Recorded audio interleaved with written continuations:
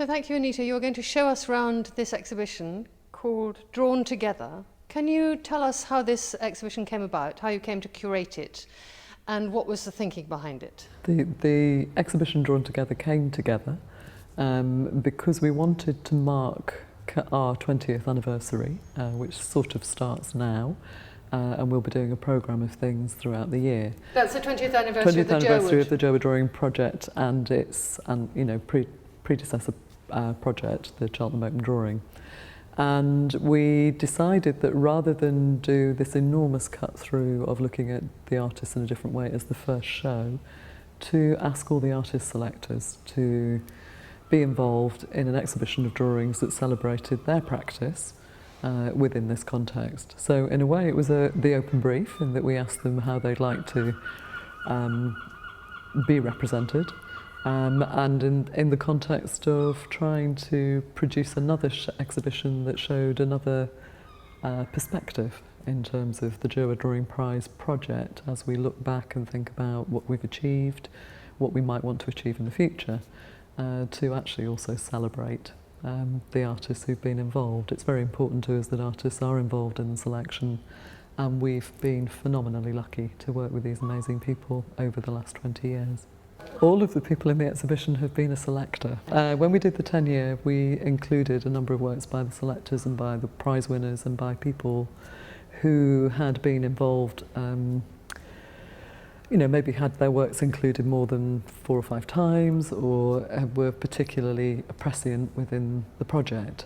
So that wasn't a terribly systematic way of looking at it. And I think as we look to what we might do to celebrate 20 years, and it's 1994 is 20 years ago, but the annual shows actually started in 1996. So we're seeing this as a long year of celebrations to think about what kinds of things we found from the project. So we wanted to start with something which was about the people who've been involved, the very fabulous people who are absolutely experts in their field, who've been involved in the selection process, who've committed to engaging in this project, to that dialogue about what drawing is and what drawing can be and what value it has.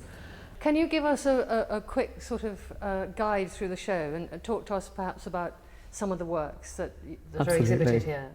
We've had fabulous people in the show. Stephen Farthing, clearly drawing is a fundamental part of his practice. He's the Rootstein Hopkins Professor of Drawing. And these particular works are part of a series of works which explore, if you like, a genealogy, the drawn history of painting.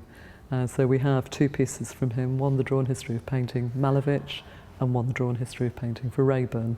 And you'll see that he's talking about the formal structures, the formal language that exists within the work of those artists, and there's a mapping process going on in terms of what sort of characteristics they have, who do they relate to, does it relate to Bernard Reinhardt, what's the mapping, the structure, the relationship to that and that formal language. Very timely with the show just opened. Yes, in the these are perfectly pitched to ask questions, prompt thinking about the kind of language and the kind of drawing and painting that may relate to. We've hung the show neither chronologically. We've listed the artists in the introduction in the order they did this selection. And there are artists who are much younger. Emma Talbot, different generation, who is clearly not quite related to the work of Stephen, but is using a composite set of language. I mean, it's really using an illustrative language. It's talking about a different kind of experience. It's looking back, it's reflective, it's telling a story, it's got all sorts of associative text related to that alongside the images. So if you like, the relationship between those two is about the use of a written language or written text which becomes part of the drawing in a very Boycean way, is the idea that it's also drawing, and that we actually then have other images that prompt different dialogues and discussions. So it's not about realising an image in one piece, it's not about one drawing on one piece of paper. It's about lots of thoughts and accretion of images and accretion of different sorts of thinking, different language to document an experience that together makes another experience. And I think this diaristic visual language and thoughts that pop out, the kind of teenage diary moment within these is actually really rather beautiful. It's completely absorbing. All sorts of things which relate to the idea of a flower of Strood. In Kent, we have all sorts of things which relate to a narrative that's happening, which has a very particular characteristic, you know, the idea of seeing things, witnessing things, experiencing things. So you have all sorts of different points in this, and these wonderful collage cut-out elements that start to talk about a flower shape or a mandala or other things which punctuate those experiences, and they are actually cut from the pages of a diary, which gives you another connotation that sits within the whole piece. So it's a piece that takes a long time to absorb, but it's a really beautiful piece to have in the show. This is a drawing called Search Me by Lisa Milroy, right, which is a really fantastic construction, and so you have a lot of layering within the images. It's called Search Me. I feel like it's if you were to empty the contents of a bag if you were being searched. I'm not sure that that's what it is, but it tells me about a collection of things in one place, and then the objects that form a collective within that. So out of it come a pencil sharpener, a key, a comb, a light bulb, the top off something, some needles, and it's got this beautiful animated language, and the construction which sets it out into three-dimensional space animates breaking it out of in a very two-dimensional different space, way. yes. So it's neither Yes. on a precious surface, it's Because you were talking a little earlier about the fact that you exploring what drawing may be. Yes. Is it still on a surface? Well, at the moment, most of the works in the show are on a surface. There's very little that's not on two-dimensional flat plane piece of paper. Both the Emma Talbot, which is a composite drawing, and this have something, in terms of actually fracturing that surface, fracturing the picture plane.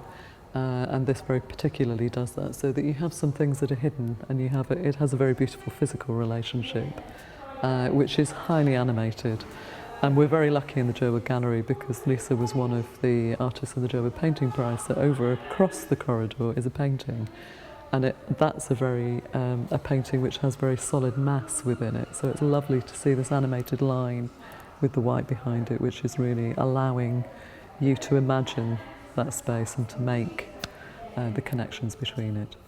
If you think about moving from the Lisa Milroy, which invites you to search, and it has an intimacy that pulls you into it, it's not entirely a neutral language. And I think the very beautiful thing about the Michael Craig Martins in the show, and that fantastic and phenomenal line and control, because these are hand-cut masking tape that form these lines. Hand applied. Hand applied? So they are absolutely fine lines that are applied to this film surface. Is it drawn? It's a drawn line in that it's cut and... Out of what? Well, they're made of crepe tape, and then applied onto the drafting film. So the line itself is absolutely fundamental, and the line is, of course, a linear drawing. It's a neutral, very neutral line. The taking away of making that mark by hand makes it incredibly distant as a mark, and yet it's very, very specific. It's very particular. Michael works with these objects which are mass-produced. He's making us look very carefully at things that we maybe take for granted, and we see them very differently in this beautiful graphic, clear, clean, neutral language. And he's making us think about what we're looking at. He's making us think about these objects in this very particular way. It's a cutting as a drawing. Is it a cutting? The line is formed of something else. It's not something that's applied or... No, right. It's not being dragged. It's not... The mark itself is not being dragged across the surface, that idea of dragan in the Old English sense of leaving a trace, but the trace is left by another act. Ken Currie is an artist based in Scotland, Glasgow. He makes very figurative, expressive paintings which have a narrative. I think what's incredibly beautiful about these is both their modesty, in that the scale and the size of them is absolutely appropriate for the sentiment within the drawing. And these are studies for self-portraits, and they're incredibly emotional. I think they're quite economical, and they're made very simply with graphite. I think then you start to ask a question. You feel that this one can be made in a mirror because it's looking back at you. But this one actually, if it's a study for a self-portrait, does it have a relationship with photography? Does it have a relationship with other ways of capturing and documenting imagery? It's not, I don't think, done with mirrors. It probably does relate to photography, but they're very quiet, very still drawings. And I think they're, really very beautiful in the context of the show, of something that's got very beautiful, exquisite tonal value to describe. So it's allowing light to fall across the figure of the form, the form of the figure, in order to describe an emotion, to use light to give an emotional or emotive equivalent.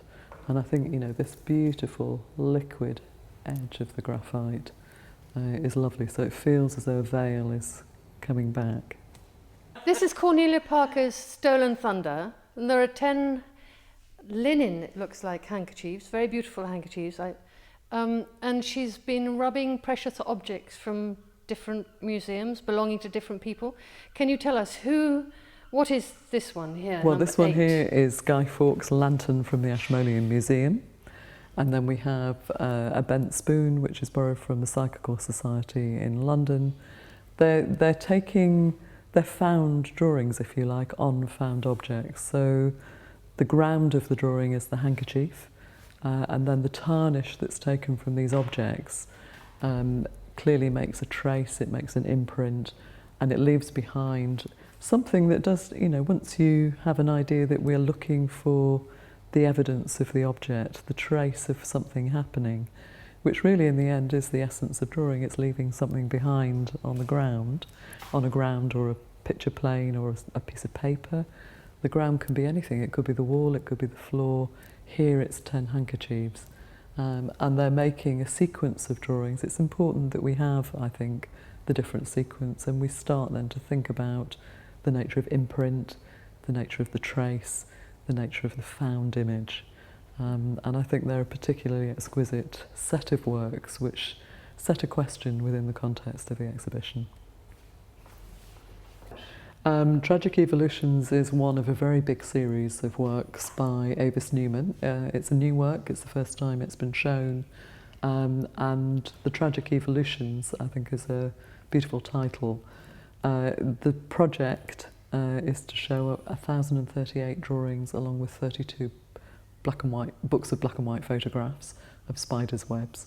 So my reading of this is that we're looking at a different kind of documentation of spiders' webs, which obviously have a whole set of resonances about leaving a trail, a trace, and other artists that might relate to. But it's a very big new project that Avis has been working on. So I think it adds something very beautiful here about documenting something that seems to have a relationship to the real world. It's about a mapping and a tracing, and then an overlaying and a gathering together of more and more of those drawings. So it's a very obsessive project. What I find interesting is that there is no evidence of a spider's web shape in these drawings, or is there? Well, Avis calls them deranged webs. So my sense is that it's something extracted from the idea of webs and the relationship to the books of photographs. I haven't seen them together, and I'm assuming that relationship to the web and the idea of the tragic evolution of something that is made only to be broken. I would think it's really about the intersection of points of light or points of connection as the web is made. So these shapes, which are really rather beautiful, seem to have a tensile relationship to the edges of the paper, to each other. So there are different concentrations running across. So they have a sense of something accreting, something growing through a mapping of something, and we're not entirely sure what we're mapping, but we know from the association to the photographs and the books of the photographs that there is a relationship. Anita, can we finish, please, with this drawing, your drawing, made in 2012. It's very important that we see you next door to it because it is massive and very powerful. Can you tell us, did you do it in Australia or did you do it in the UK? It's a drawing that was made in Australia. It's a drawing in... These drawings tend to punctuate certain points in time, and they're this kind of drawing I've been making for a very long time, so they punctuate my practice, if you like. And they are drawings that are drawn of the self, so they're made using mirrors and they're made very directly within the studio.